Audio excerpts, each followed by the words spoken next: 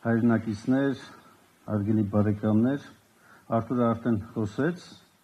պետական պարտքի կառավարման կարևորության եւ արդյունավետության մասին, միանգամից ասեմ, որ դրա մի էական հատված, որ ներգրաված է այլ երկրներից, որպես պետական պարտք, կարող է ծառայել այդ պետություններին վճարելու փոխարեն Հայաստանի բնության մեջ ներդնելու միջոցով։ Եվ սա միջազգային պրակտիկա է, միջազգային լավագույն փորձն է, ու մենք ունենք այդ ծրագրերը։ Քիչ հետո ավելի կմանրամասնեմ։ Հիմա շատ կարևոր է, որ մենք Հայաստանի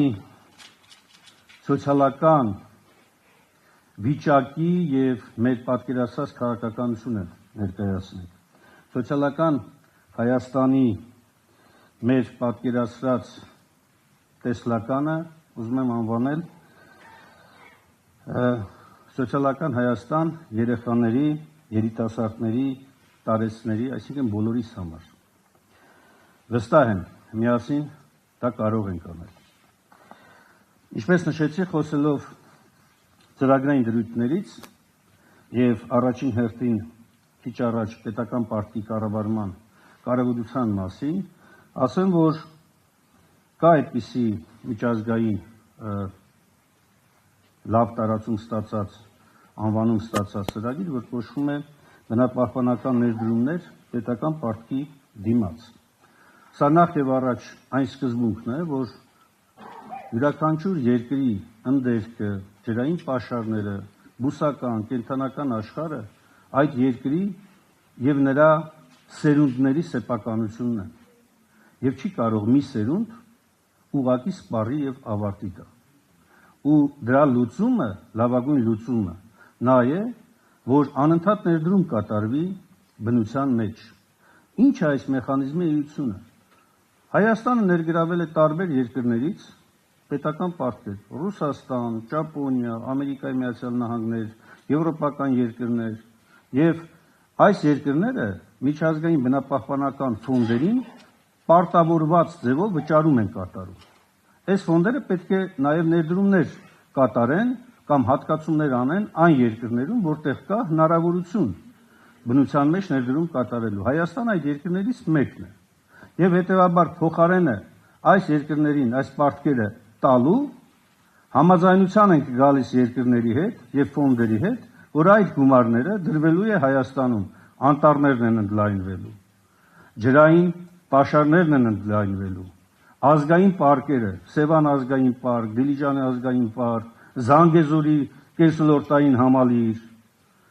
մեր արքելոցներն ու արքելավայրերը, որոնք, ինչպես նշեցի, ոչ միայն ներկա, նաեւ ապագա սերունդների սեփականությունն է։ Բայց այնուամենայնիվ, վերադառնալով սոցիալական պետությանը,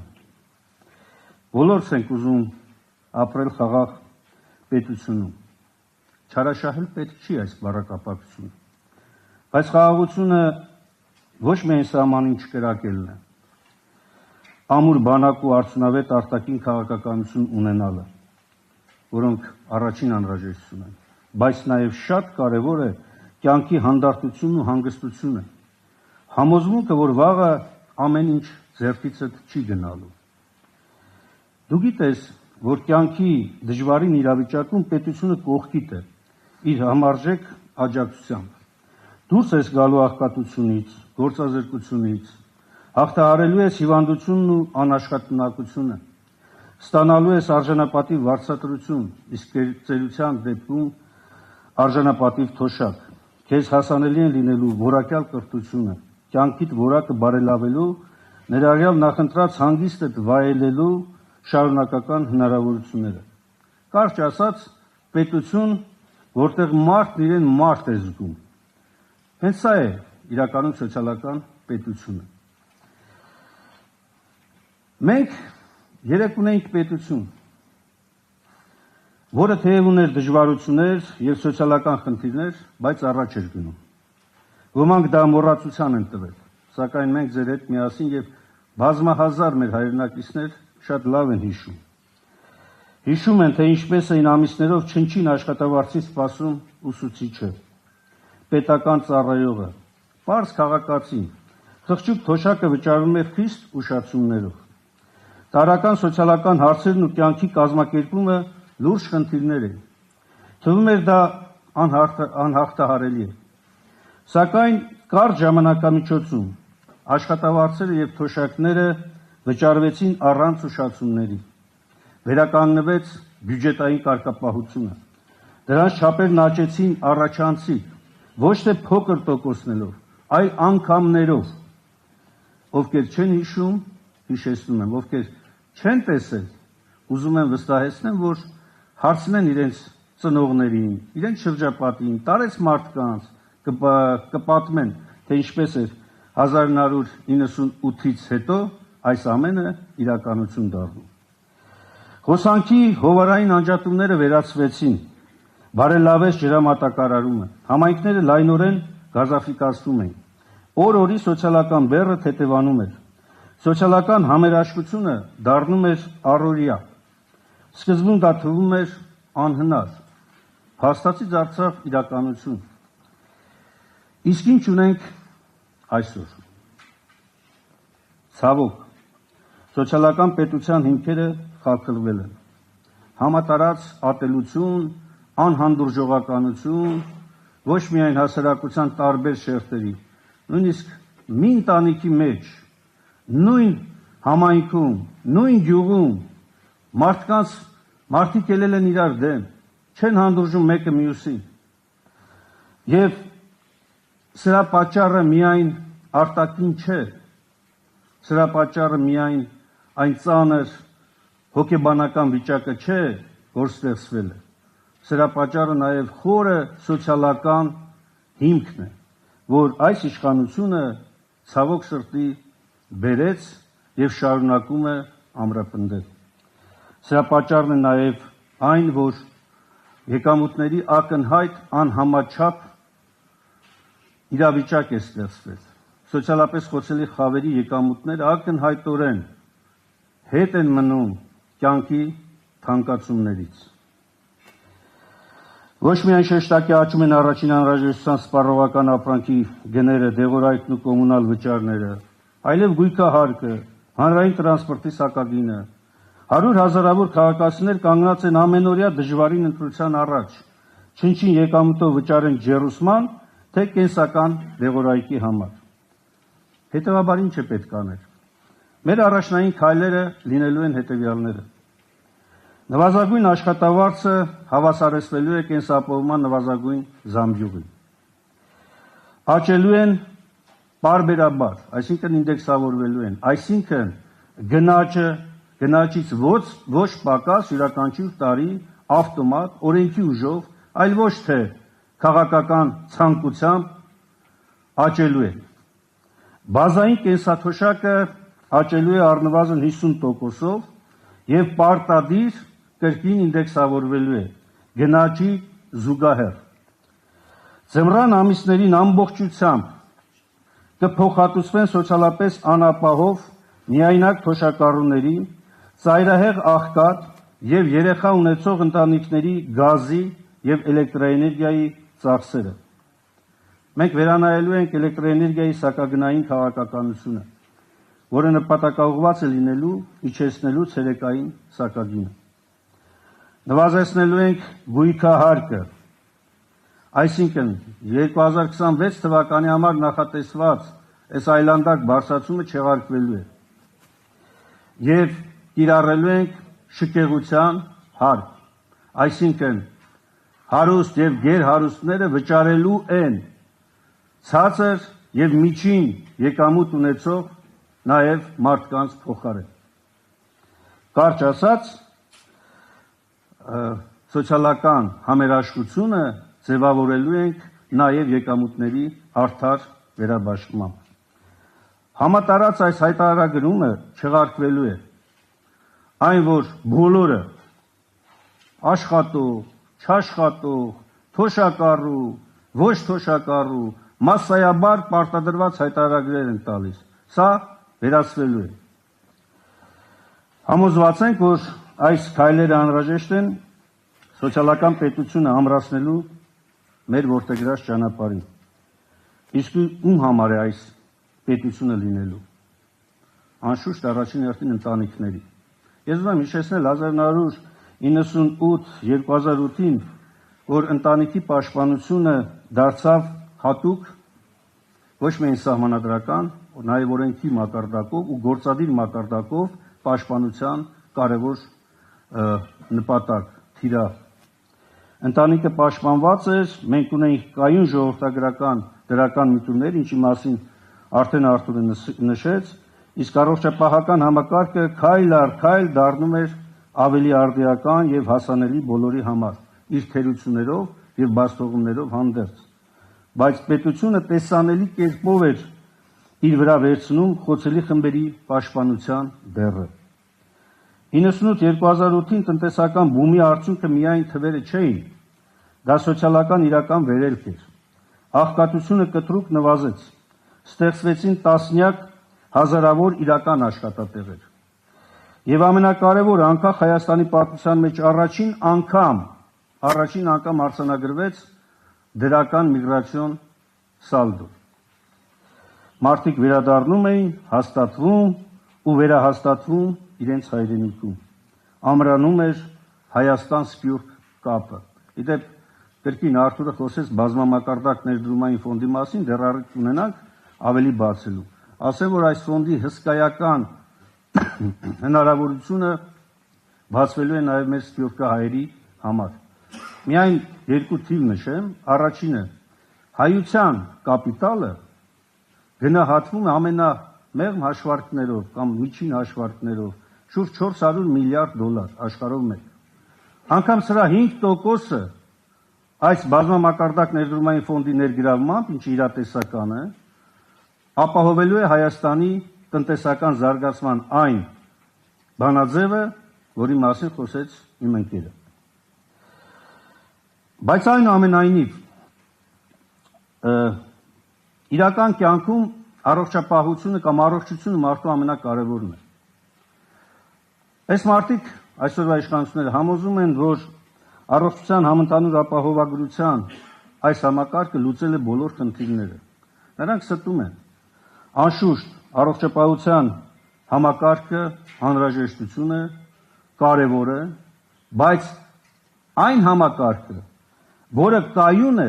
լիարժեք է եւ խնդիրներ ստեղծող չէ, իսկ այսօրվա համակարգը խնդիրներ է ստեղծել թե բժիշկների, թե բուժառուների, թե առողջապահական հաստատությունների առումով եւ օբյեկտիվ դժգոհությունները կան։ Մենք վերացնելու ենք այս ամենը, այո, առողջապահության համընդհանուր ապահովագրությունը գործելու է, բայց գործելու է մաքսիմալ անթերի եւ ներառելու է բոլորին։ Նորաստեղծ ընտանիքների մասով մենք, ինչպես նշեցի, արդեն փորձառությունը կա։ Նախագահ Ռոբերտ Քոչարյանի կառավարման տարիներին, երբ ընտանիքը պաշտպանության կարևոր առաջնային պլանում էր գտնվում եւ դաշնակցության անմիջական աջակցությամբ ընդունվում էին բազմաթիվ օրենքներ, մոտեցումներ, ու ընտանիքը պաշտպանված էր դառնում։ Այսօր մենք եկել ենք, որպեսզի ել ավելի ամրացնենք ընտանիքի պաշտպանությունը եւ ներդրվելու է աճող ընտանիքի մոդելը։ Ինչ է սա նշանակում առարկայորեն։ Սկսած երկրորդ երեխայից, յուրաքանչյուր հաջորդ երեխայի ծնունդով ծնողների եկամտահարկը կնվազի եւս 3%-ով։ Սա շատ կարևոր խթան է եւ շատ կարևոր է հատկապես ու նաեւ այն ընտանիքների համար, երբ ծնողները աշխատում են եւ մտածում են, լավ, եթե երեխա ունենանք կզրկվենք շատ եկամուտներից, հնարավորությունից։ Սա նաեւ հնարավորություն է, որ այս մարդիկ մտածեն հակառակը։ Իրենք չեն զրկվելու եկամտից։ Իրենք ստանալու են պետության աջակցությունը, ստանալու են այդ արտոնությունը։ Բազմազավակ ընտանիքները, Արցախահայությունը պետությունից կստանան համալիր սոցիալական, զբաղվածության եւ բնակարանային աջակցություն։ Իդեպ ասեմ, սրանք որ ես թվարկում եմ, սրանք օդի մեջ խոսքեր չեն, սրանք պրակտիկ եւ մեր կողմից կատարված քայլեր են։ Իմ գործընկերները, որ այստեղ նստած են ազգային ժողովի падգամավորներ, մենք նախաձեռնություններ ենք արել, օրենսդրական նախաձեռնություններ ենք բերել բազմազավակ ընտանիքների մասին, սոցիալական պաշտպանության մասին, նույն ինդեքսավորումների մասին, որոնք այս իշխանությունը մերժել է։ Եվ հետևաբար մեր քայլը, որ մենք կատարել ենք այդ ուղղությամբ, վերահաստատելու ենք, եւ դրա համար անհրաժեշտ է ձեր վստահությունը, սիրելի հայրենակիցներ, սիրելի բարեկամներ, որպեսզի այս ամենը դառնա իրականություն։ Իդեպ մի կարևոր խնդիր կա կապված բարեգործական հիմնադրամների հետ, երևի արդեն հայտնի է հանրությանը, որ բարեգործական հիմնադրամներ են ստեղծում ընտանիքի անդամներով եւ սկսում են քայլեր, գործողություններ եւ այլն կատարել, չարաշահելով իրենց դիրքը, հնարավորությունները։ Մենք արգելել ենք բարեգործական հիմնադրամի ստեղծումը,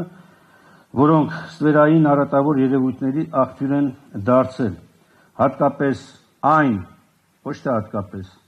հենց նրանց համար, ովքեր զբաղեցնում են պետական պաշտոններ եւ նրանց ընտանիքի անդամները, որոնք որ ներգրաված են լինելու այդ աշխատանքների մեջ։ Մի կարևոր, կարծում եմ, ոլորտ կա եւ խավ կա, որին գրեթե երևի չկա Հայաստանում մարդ, որ առնչված չլինի, խոսքը տաքսու վարորդների մասին է, որոնք ոչ միայն չունեն նվազագույն սոցիալական երաշխիքներ, ավելին, այսօր դարձել են, այսպես կոչված, տուգանքի մատերիալ, ներողություն եմ խնդրում, բայց դա արդեն հանրահայտ բառ է դառել։ Ցավոք նրանք պետության կողմից անտեսված աշխատավորների միակ խումբը չեն։ Այսպիսի մի հսկայական 100,000-ավոր խումբ էլ կազմում են հողագործ գյուղացիները։ Մենք արժևորելու ենք աշխատանքը, հարկային դաշտում գործող տաքսի ծառայության վարորդների եւ հողագործությամբ զբաղվող գյուղացու աշխատանքը հաշվարկվելու է որպես աշխատանքային ստաժ։ Վարորդներին թալանող տուգանման բալային համակարգը վերացվելու է, իսկ արագության շեղման թույլատրելի շեմը 10-ից դառնալու է 15 կմ/ժ։ Սա շատ պրակտիկ առաջարկ է եւ ես կարծում եմ շատ շատերը սպասում են այսպիսի գործողության։ Մեր թիրախը կայուն զբաղվածությունն է եւ գործազրկության բնական մակարդակի ապահովումը։ Տարեկան 35,000-ից 45,000 կայուն աշխատատեղերի ստեղծելու միջոցով մենք միասին կապահովենք գործազրկության մակարդակի ոչ միայն կրկնակի կրճատում, նաև գործազրկության բնական մակարդակի ապահովում։ Իդեպ ասեմ, սրանք խոսքեր չեն, ես արդեն նշեցի 1998-2008 թվականներին մենք ունեցել ենք եւ փառք Աստծո, որ այդ ցուցանիշները ինչ-որ խոստացվում էր, դրա կրկնակին ավելին է արվել։ Հիմա մենք էլ այստեղ մենք նվազագույն խոստումներն ենք տալիս, անելու ենք ավելին եւ անելու ենք միասին։ Ձեր վստահության եւ մեր գիտելիքի ու փորձի համատեղմամբ միասին կարող ենք կերտել այս սոցիալական Հայաստանը, որտեղ ոչ միայն Հայաստանում բնակվողները, նաև Սփյուռքում բնակվող մեր հայրենակիցները ուզենան ապրել եւ ապրելու են։ Հիմա նորից ես ուզում եմ հրավիրել բեմ Արթուր Խաչատրյանին, արդեն այս անգամ